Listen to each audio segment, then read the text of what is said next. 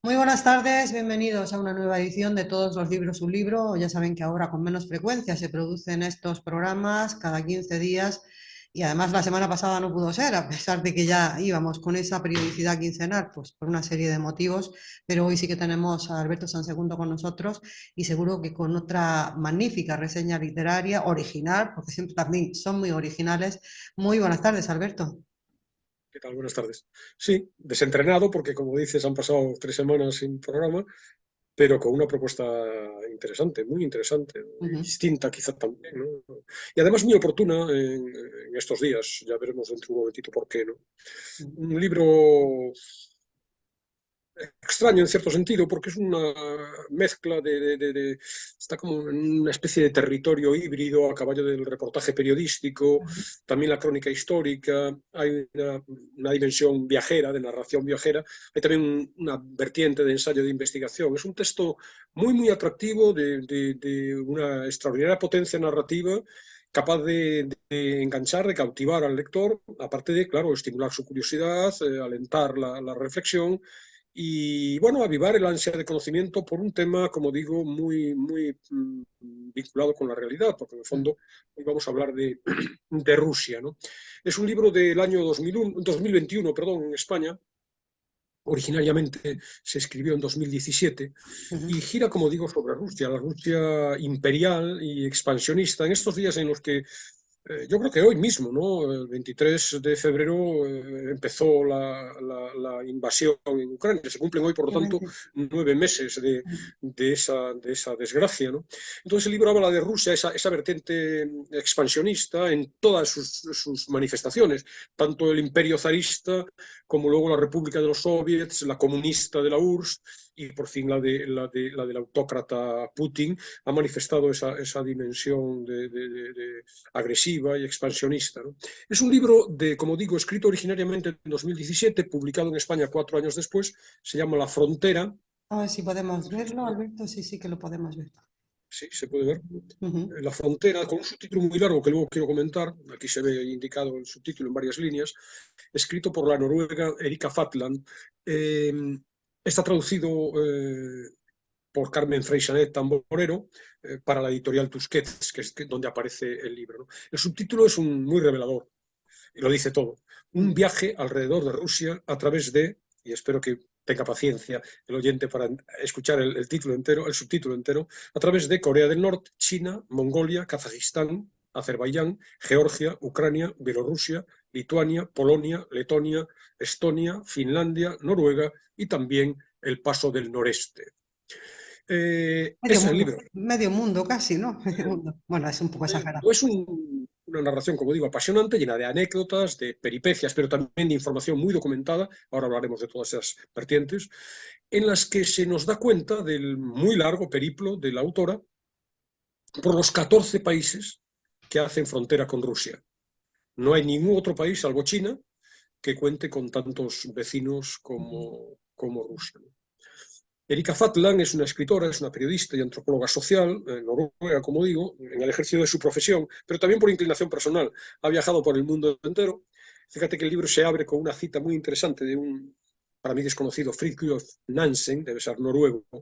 El ser humano siente una irrefrenable necesidad de explorar cada rincón de nuestro planeta. Ujú. Bueno, esa es la apertura del libro y ya nos indica, en cierto modo, como digo, una de las vertientes, la vertiente está viajera, ¿no?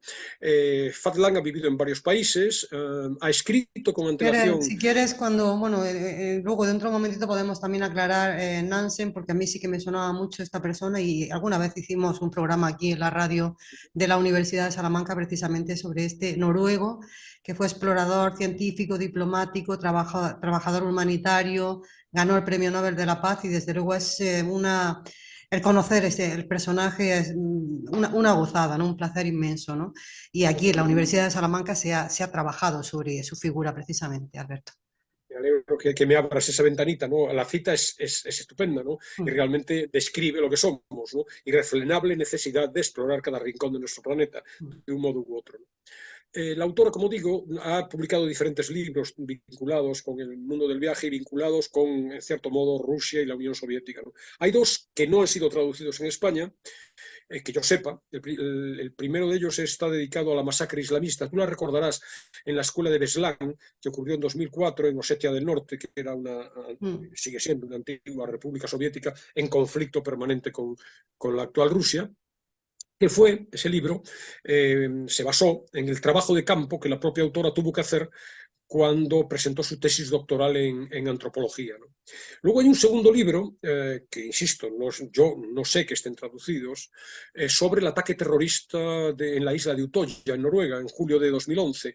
¿Recuerdas también aquel Eso lo tenemos ultraderechista? muy presente en la memoria, Alberto, sí. Claro, Anders Bergvik, que disparó de manera indiscriminada contra un campamento de adolescentes, de jóvenes del Partido Laborista, simpatizantes del Partido Laborista noruego, jóvenes entre 14 y 17 años, mató a 69 y provocó lesiones graves y traumas también a más de un centenar. Por cierto, aprovecho para contar que hay una película, un documental estupendo sobre esa situación. Se llama la película Utoya 22 de julio, dirigida por Eric Pope, y que, bueno, recrea ese funesto episodio con además un alarde de virtuosismo técnico, porque la película es un único plano, más allá de las imágenes iniciales, que son documentales, están sacadas recuerda que el atentado en la isla a los jóvenes fue inmediatamente después de una explosión en el centro de Oslo. Las imágenes de esa explosión en el centro de Oslo, captadas por una cámara que estaba en una cámara comercial, de algún lugar comercial de esa zona, son las, yo que sé, 30, 40 segundos iniciales de la película,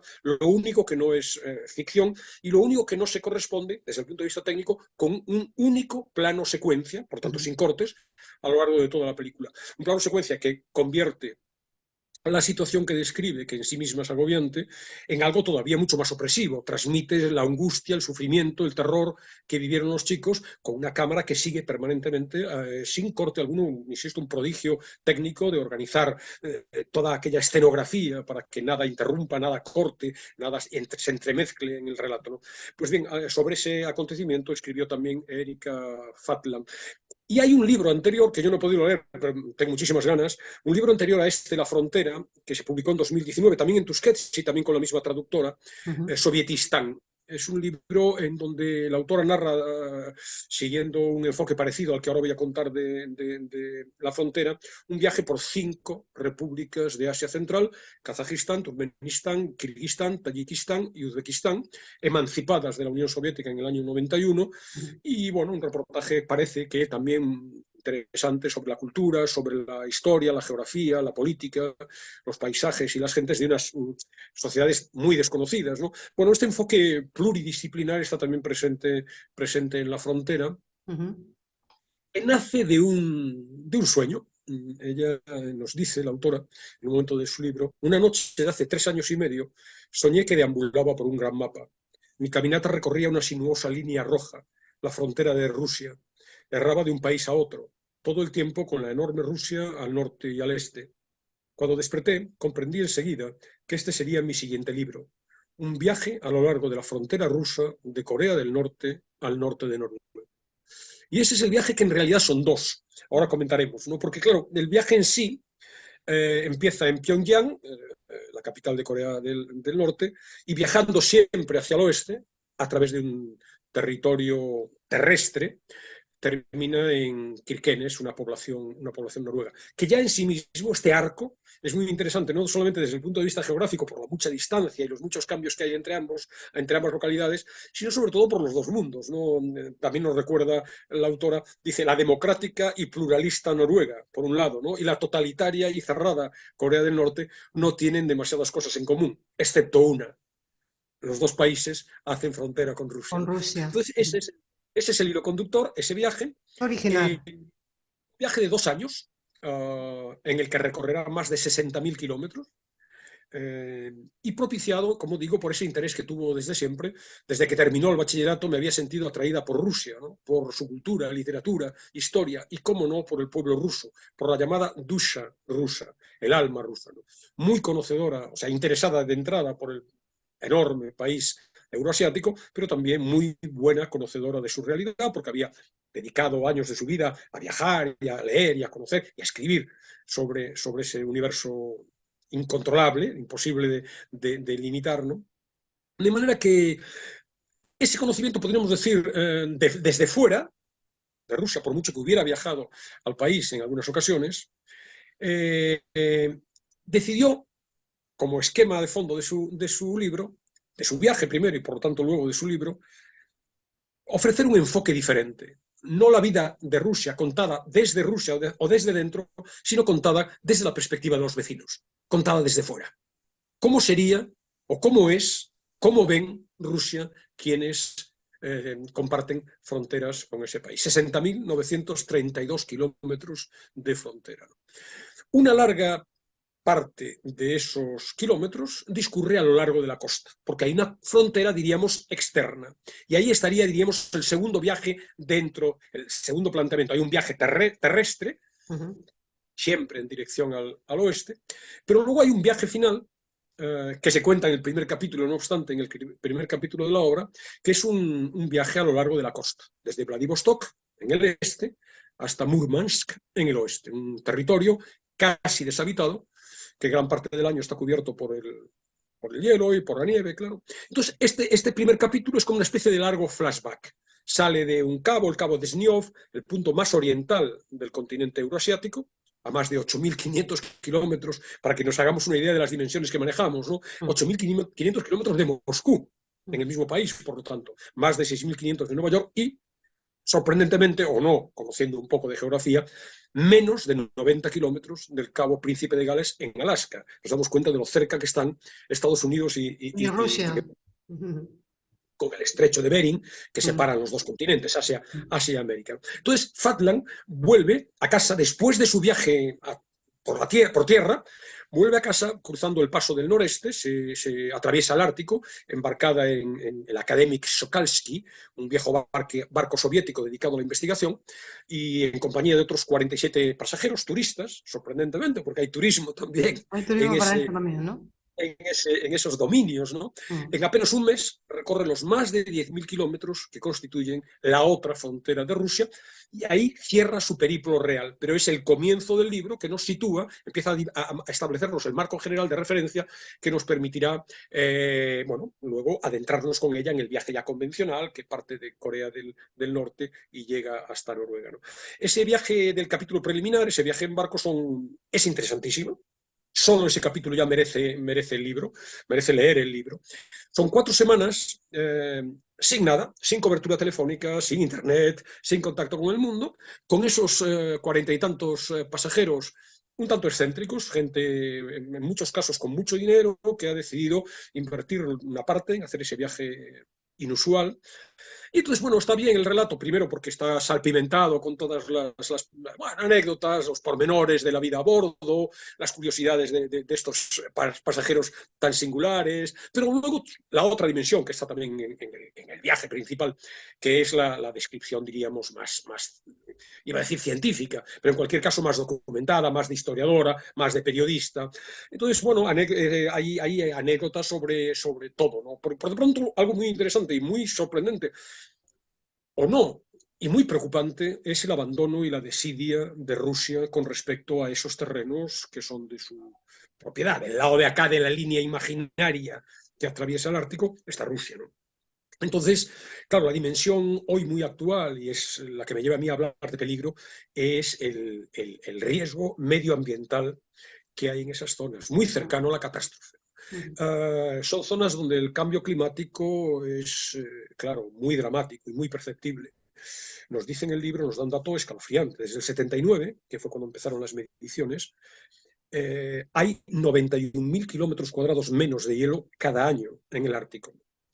Entonces, bueno, la autora nos cuenta estas cosas, ofrece datos de los diferentes descubrimientos, las expediciones y las investigaciones científicas, en donde me imagino que ahí encajará el personaje al que yo aludía en la cita inicial y que tú comentabas, aspectos que ella examina de la historia, de la cultura, de la geografía, de la política, de la geopolítica, en esa zona en particular. Todo eso va a estar impregnando también esas dimensiones, el viaje principal, por decirlo así. Pero ya está en esa introducción y, por ejemplo, las dimensiones geopolíticas son sobrecogedoras, ¿no? Porque, bueno, a Rusia le interesa que el cambio climático deshiele el Ártico, porque le va a permitir, por un lado, acceder más fácil a las previsiblemente enormes reservas de petróleo que hay en esos mares, y segundo, va a facilitar una vía comercial mucho más rápida, mucho más, por lo tanto, eficiente entre Asia y Europa del Norte, ¿no? Entonces, bueno, No está haciendo, por lo tanto, nada, ¿no? No está haciendo nada. Ahí se habla de la irresponsabilidad, ¿no? de Rusia con respecto a esos territorios. claro, fíjate, ilustrada además con imágenes, porque el libro tiene imágenes, ahora comentaré, ilustrada con episodios de lo que ella ve desde el barco, ¿no? Y entonces lo que se ve es ruina, se ven escombros, se ven restos metálicos de bidones, es decir, un disparate desde todo punto de vista, ¿no? Entonces, bueno, ella plantea en este capítulo ya las dimensiones en las que se va a mover el libro entero, el marco general, de los 2 años anteriores a esta vuelta a casa. El libro tiene 600 páginas en donde se nos va a contar todo esto. Con fotografías, como he dicho, hay unas 80 fotografías que ella misma va haciendo de los Qué bonito, diferentes, qué sí, bonito. de los diferentes pasos de su viaje, las diferentes etapas, monumentos, gentes, etcétera. Hay también, bueno, una especie de cronología final, una historia, quizás se pueda leer desde ahí, una historia abreviada de Rusia, una cronología de los principales acontecimientos del país. Y luego hay también estas páginas de entrada, unos mapas, el Ajá. mapa del viaje, no sé si se puede ver bien, si se puede apreciar bien, voy a intentar abrirlo mejor, un mapa Sí. del viaje por tierra, Ujú. y en la otra Es muy contraportada, joven la chica, aparece ahí una y muy foto de la joven, chica, es muy joven. muy Ujú. joven. Ahora contaré, aquí está el viaje, el otro viaje, Sí. el marítimo, Ujú. a través del Ártico. Nació en el 83, a lo mejor no tiene 40 años todavía. Efectivamente. Eh, por cierto, se puede ver a quienes estén interesados por el libro y una vez entrado en el libro, quieran saber más sobre su mundo, el mundo de la autora y el mundo del libro, hay algunas entrevistas en YouTube con la autora muy, muy, Ujú. muy interesantes, ¿no? Ujú. Donde se aprecia, obviamente, esa juventud, ¿no? Entonces, bueno, una de las primeras ideas, quizá la idea fundamental, ya está en el título del libro, es la idea de frontera. Todo gira sobre la noción de frontera, ¿no?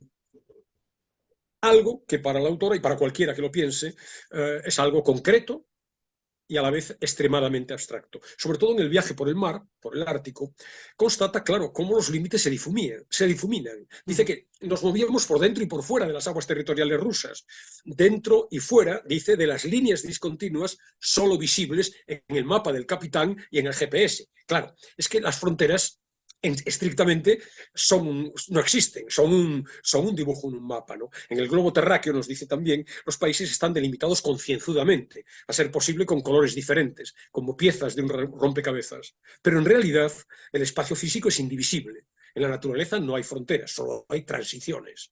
Son los seres humanos quienes han dividido el mundo en colores distintos, separados con las líneas del mapa. Entonces, esta es la idea, o una de las ideas, quizá la principal, Ujú. sustancial del libro. La idea de también cómo nuestra identidad como individuos y también la de los países, pero como individuos se construye a partir del contacto, en cierto modo del enfrentamiento con los demás, de la distancia con los demás, de la diferenciación con los demás. Otro tanto ocurre con los pueblos, ¿no? La identidad, las diferencias culturales se construyen en la frontera a partir del contraste con el otro.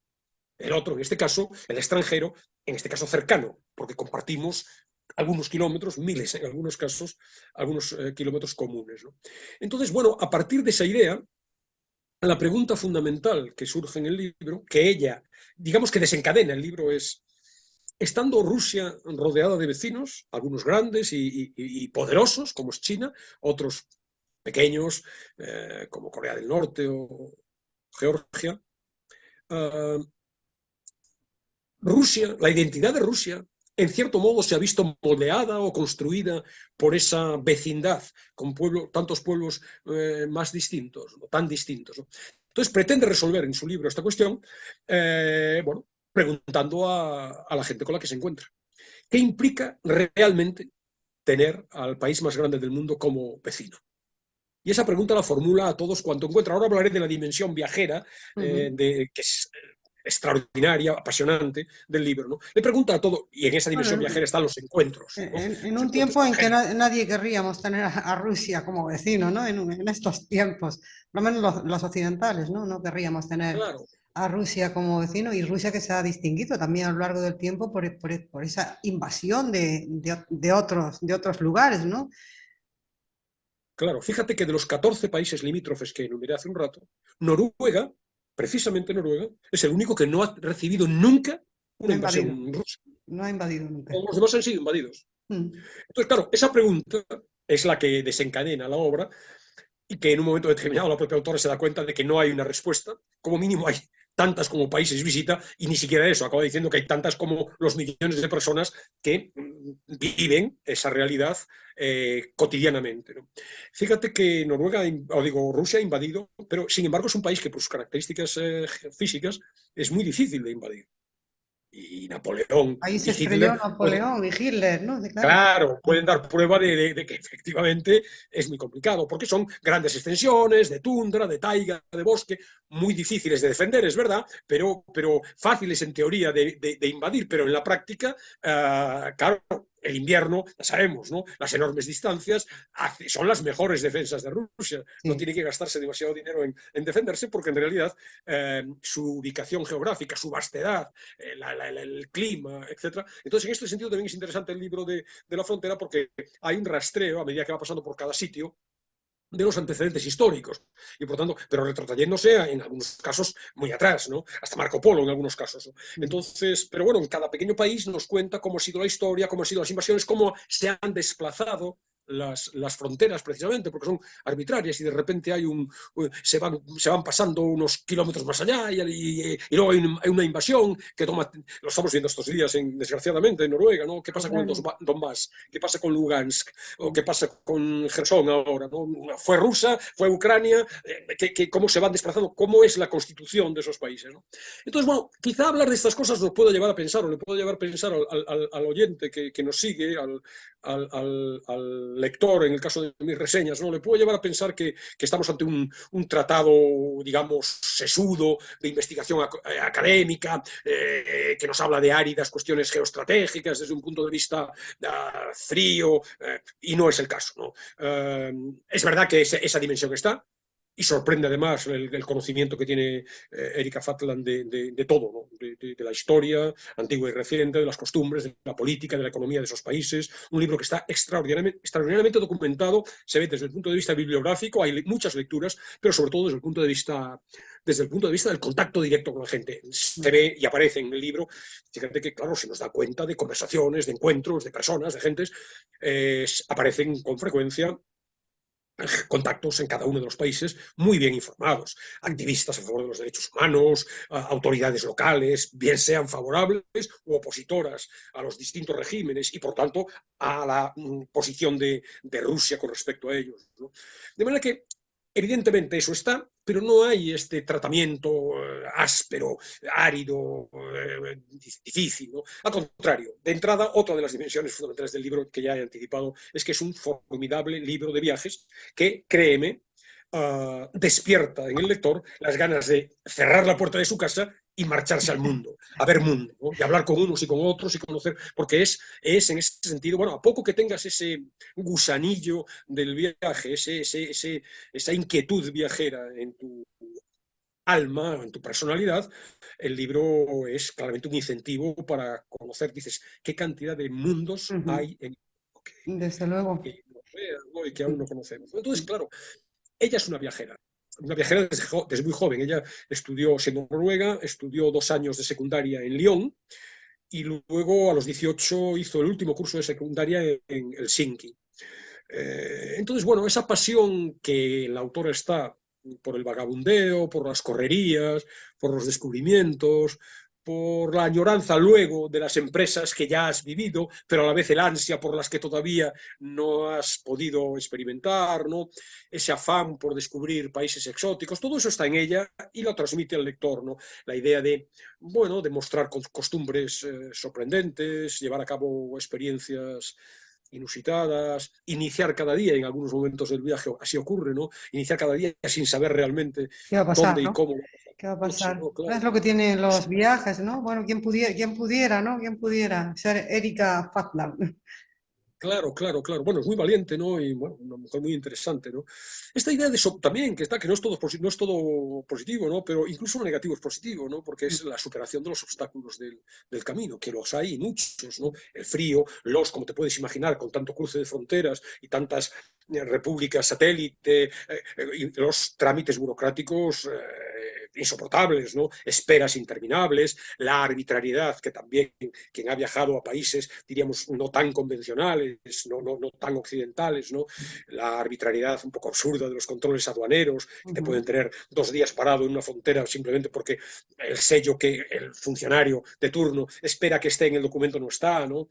Los trayectos de duración imprevisible, porque los medios de transporte también son de todo tipo, ¿no? La desorientación, en el caso de estos países fronterizos, muchos de ellos todavía en este momento, Ucrania es el caso más claro, con conflictos bélicos activos, el miedo en muchos casos, ¿no? Y luego está la dimensión humana de las conversaciones despreocupadas ante un café, ante un té, ante un bebedizo local inconcebible, las conversaciones con los lugareños, con gente de talantes muy distintos.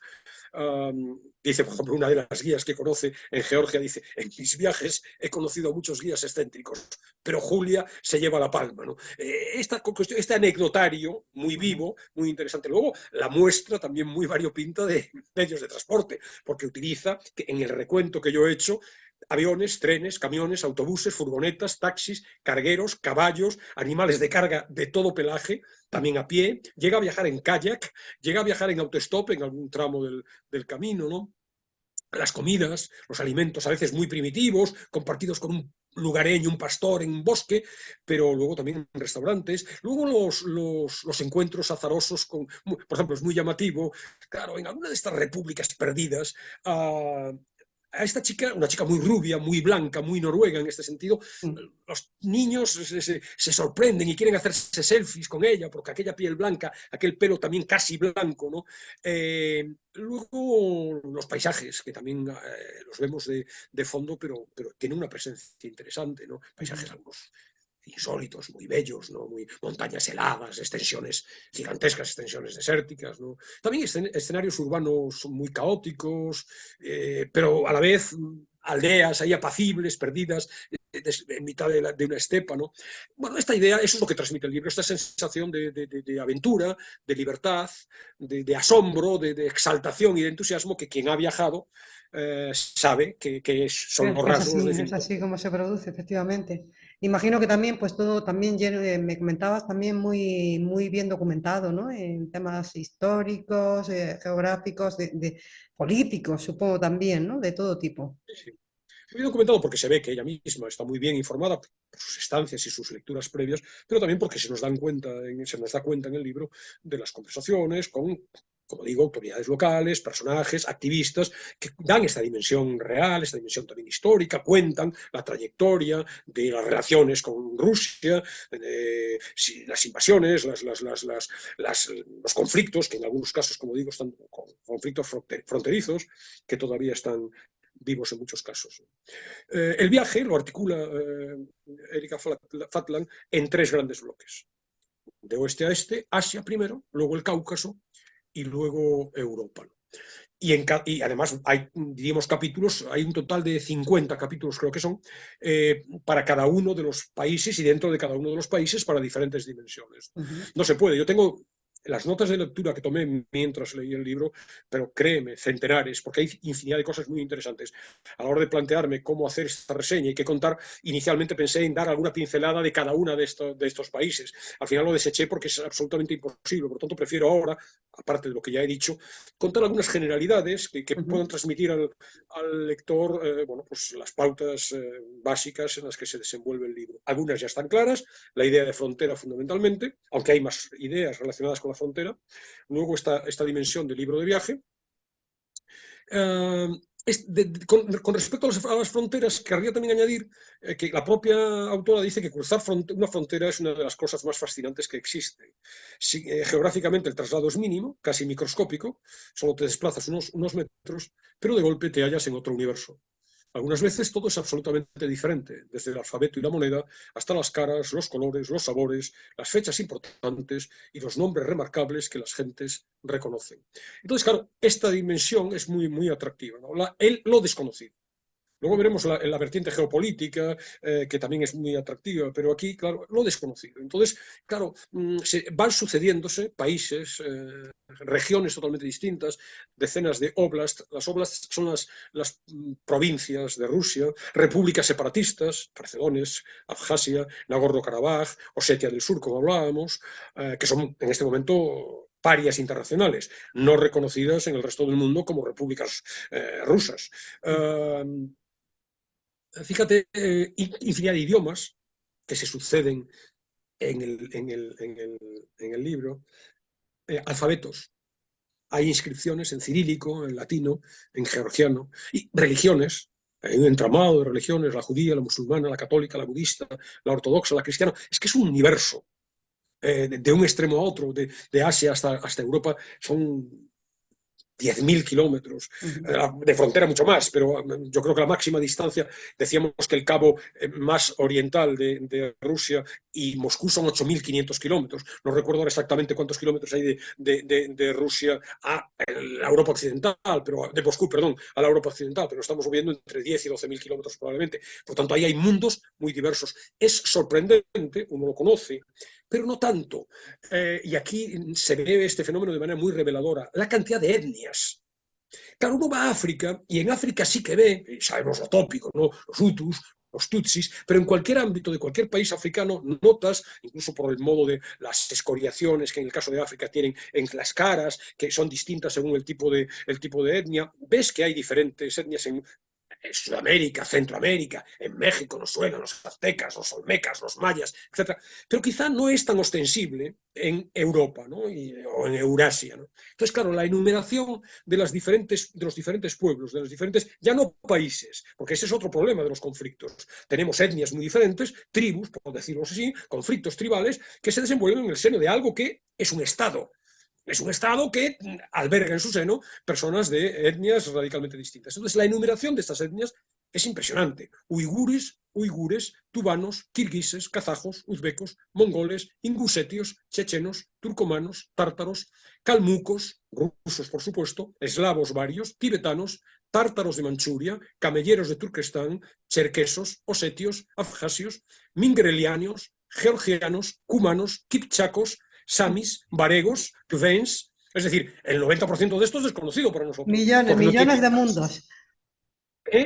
millones de mundos. Millones de mundos. Claro, en efecto, ¿no? Y desconocidos, porque claro, si te dicen kazakos, pues hombre, hay un Kazajistán, tienen asociado un Estado y por lo tanto asocias, ¿no? Pero es que la mayor parte de los que acabo de citar son absolutamente desconocidos. Entonces, claro, ese cambio constante de climas, paisajes, gentes, monedas, que hay que estar cambiando constantemente, costumbres, las realidades son totalmente diferentes en algunos casos, ¿no? Entonces, bueno, el emblema de esta idea de la mezcla es el Cáucaso. Su ubicación geográfica central, un lugar de encuentro de culturas, hacen del Cáucaso, dice la autora, el Cáucaso está en mitad de casi todo entre Europa y Asia, entre Oriente y Occidente, entre el cristianismo y el mundo islámico, entre el Mar Negro y el Mar Caspio, entre los rusos, los persas y los turcos. Los antiguos árabes al Cáucaso lo llamaban Jabal al-Alsun, montaña de lenguas. Y esto es una especie de emblema paradigmático de lo que nos encontramos en ese viaje, ¿no?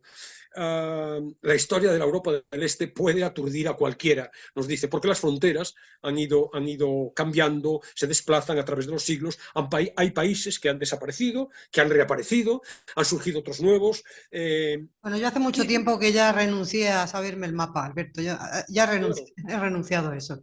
Pero era muy fácil, ¿no? Cuando estudiábamos era muy fácil. Estaba todo como la Unión Soviética, ¿no? muy bien delimitado, ¿no?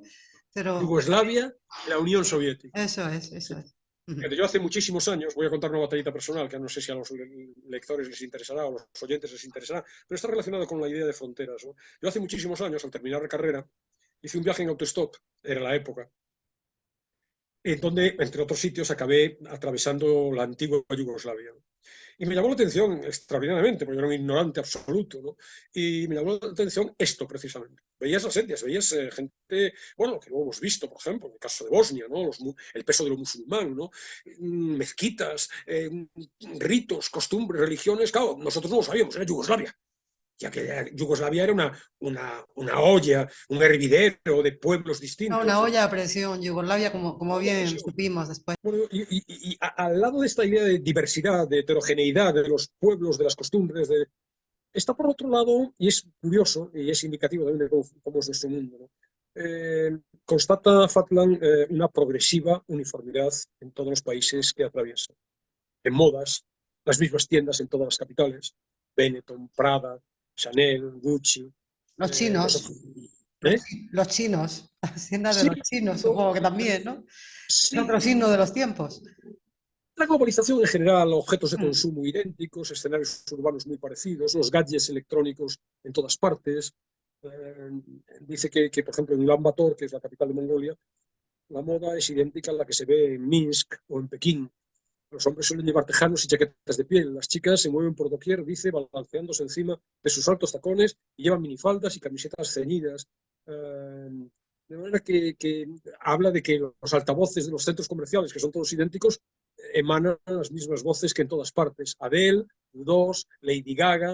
La verdad que es curioso, por un lado, que sigue subsistiendo, obviamente, la diversidad, pero a la vez que hay una tendencia uniformizadora a la globalización. Todo ello, esta idea de olla, no necesariamente a presión, pero bueno, sí de un sitio donde se cuecen condimentos, ingredientes distintos, lleva consigo, produce dos efectos perniciosos que están constatados constantemente a lo largo de las diferentes etapas. Y a mi juicio, más de la noción de frontera, la segunda gran aportación del libro es esta idea de la reflexión sobre las pulsiones identitarias y los conflictos que derivan de esta idea de la identidad.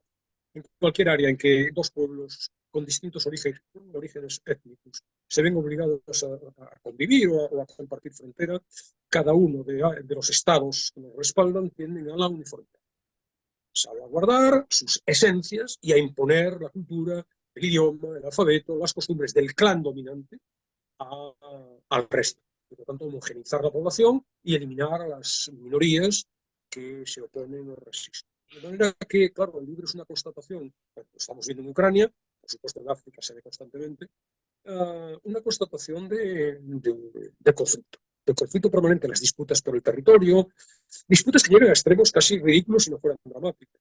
Habla del fenómeno de borderization, es decir, de la fronterización, que consiste que una frontera territorial se ensancha con medios físicos como vallas, cercados de espino, pero sin autorización. De tal manera que produce que poco a poco se van ampliando, de manera muy escasita, pero constatable, ostensible, las dimensiones, las fronteras, los límites de un determinado país, llegando a producir situaciones inhóspitas. Le dice un interlocutor de la escritora, le cuenta, a mi abuela le impresiona que yo viaje tanto de un lugar a otro, pero suele decir que también ella ha viajado sin moverse de su pueblo, puesto que ha vivido en 3 países, la Unión Soviética, Georgia y Osetia del Sur. Precisamente por este pueblo, de repente se lo han incorporado, se lo han anexionado, al cabo de un tiempo pasa por el otro lado, simplemente desplazando las vallas que delimitan la frontera.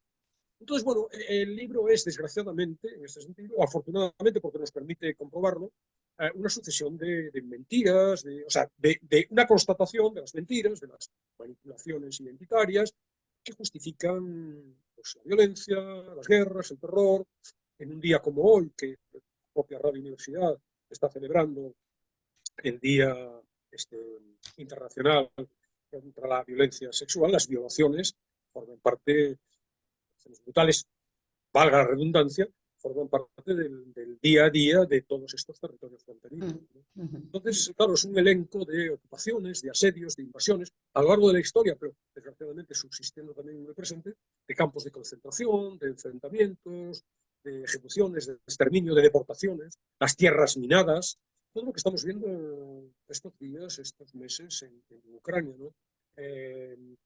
Enfrentamientos no solo entre los ejércitos, también entre la población civil y sus consecuencias, las hambrunas, la escasez, el contrabando. Entonces, bueno, constata una y otra vez en todos los lugares por los que pasa cómo el ansia irracional por el poder, que hace que cada poco cambien las tendencias hegemónicas en cada zona, las alianzas comerciales y las alianzas políticas, y se modifiquen incluso los conceptos de amigo y enemigo, generan pues eso, odios viscerales entre pueblos vecinos, episodios de levantamiento, de destrucción, retirada y reaparición de monumentos y estatuas de diferentes próceres locales, los bulos y la desinformación. Fíjate que hay frases que dicen los interlocutores que son muy significativas. Dice uno: lo de Ucrania es culpa de los norteamericanos. Enviaron agitadores y provocadores a Kiev y a Crimea. No veo que Rusia pudiera haber actuado de otra forma.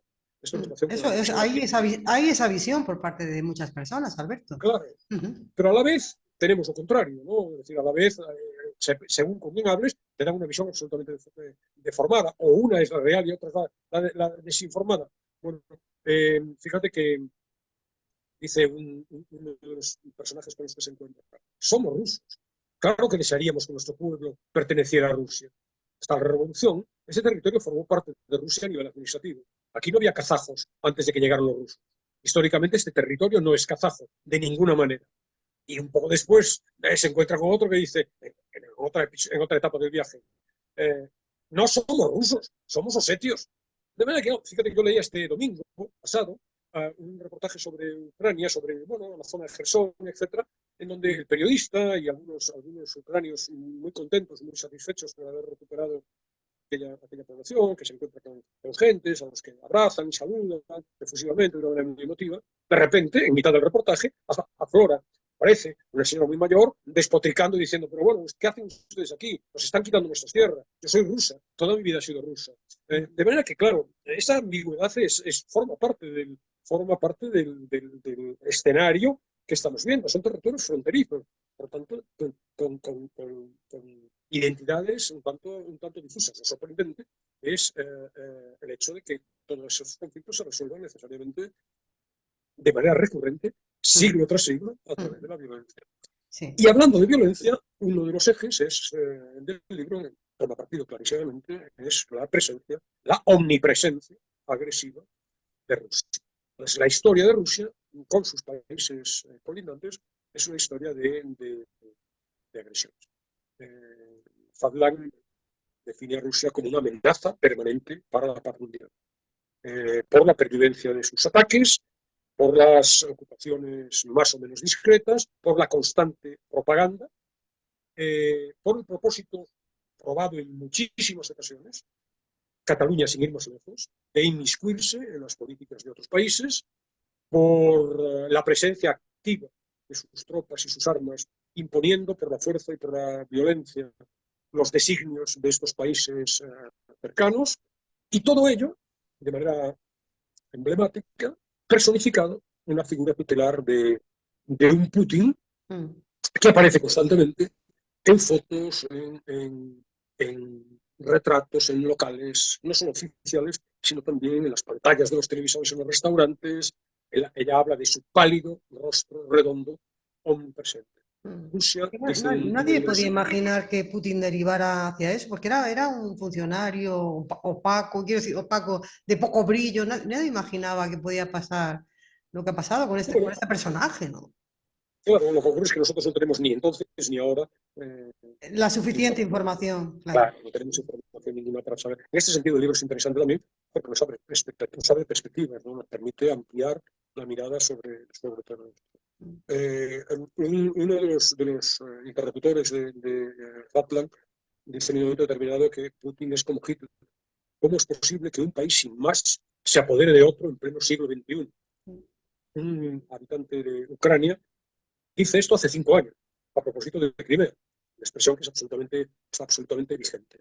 También una ramificación de esto muy actual es las repercusiones contrarias a los propósitos iniciales de Putin en relación con la OTAN, la Unión Europea, etc., como paradójicamente, frente a esa peligrosa figura del oso ruso, se alza la OTAN, como se está produciendo, como es, al final del viaje ya, cuando está actualmente en el oeste, Letonia, Lituania, Estonia, Finlandia, Suecia, constata cómo efectivamente esos países se está generando un fenómeno de adhesión a las instituciones occidentales, tanto en la OTAN como en la Unión Europea, ¿no? Porque ven como a las puertas de sus, como en Ucrania es clarísimo, pero antes incluso, a las puertas de sus países se están proliferando ejercicios militares de Rusia, que lleva consigo que bueno, en países tan con una tan arraigada tradición de neutralidad como Finlandia o Suecia, se están activando Yo creo ya que entonces, cuando escribe el libro. yo creo que estamos en plena guerra, bueno, la guerra de Ucrania, pero además en plena guerra fría, lo que sucedía cuando había esos bloques. Yo creo que está pasando eso.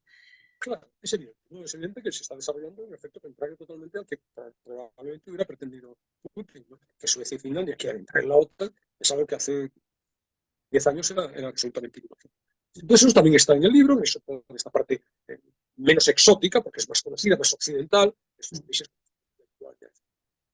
Y luego la reflexión final que nos queda, a mi juicio por lo menos, quizá un poco, no sé si apocalíptico, pero sí pesimista, es que todo esto se repite siglo tras siglo y a lo mejor, y ese es mi apunte, ¿no?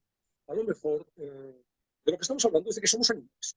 En el fondo, esa pulsión animal, la misma pulsión animal que hace que los animales se defiendan, marquen territorio y acaben con quienes amenazan. Entonces, en el fondo, es decir, el resumen para mí, después de leer el libro, muy negativo, ¿no? Es que nos matamos de continuo. Sí, sí, pero Y desde nos siempre, matamos nos de continuo matamos y desde siempre, además. y desde, pero, por tanto, muchos años de mucha cultura, mucha civilización, mucha racionalidad, mucha ilustración, etcétera, pero en el fondo hay como unas pulsiones. Yo creo que de ese cerebro animal que todavía mantenemos, en algunos casos muy patente, muy evidente, pero bueno, que se plasma en esa metáfora de la forma, el espacio que delimita yo y el otro, el extranjero, el que no es como yo. Entonces, fíjate que también hay la sección del libro que se dedica a Europa, la tercera sección del libro, la encabeza Fadlan con una cita de un periodista viajero, Kapuscinski. paradigma, extranjero, Ryszard Kapuscinski, y que es así, dice exactamente esto. ¿Cuántas víctimas, cuánta sangre y cuánto dolor ha causado la cuestión de las fronteras? No Sí. tienen fin los cementerios donde yacen aquellos que murieron en el mundo defendiéndolas. Entonces, bueno, somos quizá, esta es la reflexión mía final, ¿no? A lo mejor un poco, como digo, demasiado pesimista. Somos manadas de animales que defienden su espacio en virtud de salvajes instintos atávicos. Y esto se reproduce una y otra vez en todos los ámbitos. Las guerras mundiales supuestamente civilizadas, los boches, esta cosa del otro, del que no es como yo, del que es ajeno. Bueno, tenemos arreglo, no se sabe muy bien. Ahora sí lo tenemos, este libro puede ser un paso para, bueno, intentar por lo menos reflexionar acerca de que estos hechos ocurren y que está en nuestra mano en la medida en que podamos superar esa animalidad que nos constituye, que también nos constituye, y dar prevalencia a la cultura, a la civilización, al estudio, a la formación, a la racionalidad, a la compasión también, a la empatía y al ponerse en el lugar de. Muy bien. Alberto, pues nos queda tiempo para un fragmento y también para escuchar un poco de música. Sí, la canción está muy clara, en este caso surge inmediatamente del libro, porque en un momento determinado hay un capítulo del libro que se titula exactamente así, Back in the USSR. Back in the USSR es el de vuelta a la Unión Soviética, es un clásico de los Las Beatles, que Beatles. creo recordar estaba en el álbum blanco. Mm. Eh, Esa canción abre un capítulo y va a estar también como cierra nuestro programa. Ujú. Hay infinidad pero digo, de las notas de lectura que hubieran podido constituir un texto de cierre. Voy a leer abreviado en la reseña del blog ya entero, un texto, bueno, a propósito de la ocupación de Crimea en 2014, que es también muy actual, en el sentido que prácticamente palabra por palabra puede aplicarse a la situación de Ucrania, que ahora cumple, pero hoy mismo, 9 meses de terrible, de sangrienta ocupación. Ujú. Muy bien, pues te escuchamos atentamente. 70 años después de que el ejército rojo hubiera reconquistado Crimea y todos los tártaros de Crimea hubieran sido deportados, los soldados rusos desembarcaron en la península de nuevo. La anexión de 2014 dejó estupefacto al mundo entero. 6 años después de la guerra de Georgia, Rusia infringía de nuevo todas las convenciones habidas y por haber y violaba el territorio de un Estado soberano. Por lo demás, un Estado soberano europeo. El oso había despertado de su letargo y a Europa la cogió por sorpresa. El Kremlin había puesto en claro a los políticos del mundo entero quién decidía en el patio trasero de Rusia. En el patio trasero de Rusia ni se filtreaba con la OTAN, ni se rechazaba ser miembro de la Unión Euroasiática, para aceptar un acuerdo de asociación con la Unión Europea sin que eso acarreara consecuencias. Esta agresiva política exterior no le ha salido gratis a Rusia. Como castigo se le han impuesto sanciones económicas. A una serie de rusos se les negó la entrada en la Unión Europea, Estados Unidos, Canadá, Noruega y Suiza.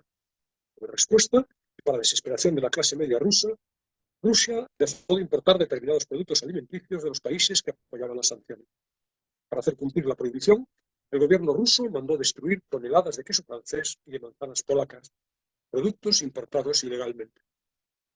En el ámbito estratégico militar, es casi imposible sobreestimar la importancia de que ahora Rusia tenga el control total sobre Crimea. Ahora bien, a la población local, la anexión le ha traído pocas cosas buenas hasta la fecha. La cantidad de turistas ha disminuido en 2 millones anuales, un desastre para el sector turístico, la mayor fuente de ingresos de Crimea. Crimea era solo el principio, como pudo verse después. A raíz de la anexión de la península de Crimea, estallaron manifestaciones prorrusas en la región de Donbass, en el este de Ucrania. La situación empeoró rápidamente y en mayo la República Popular de Lugansk y la República Popular de Donetsk se declararon independientes de Ucrania. Habían nacido 2 nuevas repúblicas separatistas. Con el apoyo de Rusia, los sublevados prorrusos exigían que toda la región del Donbass, y aún mejor, toda la región de Novorossiya, se separaran de Ucrania. Ciudades importantes como Sloviansk y Mariupol fueron recuperadas por las fuerzas militares ucranianas a lo largo del verano y el otoño de 2014, pero los sublevados controlan todavía ciudades importantes de la provincia de Donetsk y de la de Lugansk. A diferencia de cuando se produjo la anexión de Crimea, el gobierno ruso todavía niega rotundamente haber enviado material militar o tropas regulares al este de Ucrania, pero existen numerosas fotografías hechas vía satélite y testigos que demuestran lo contrario.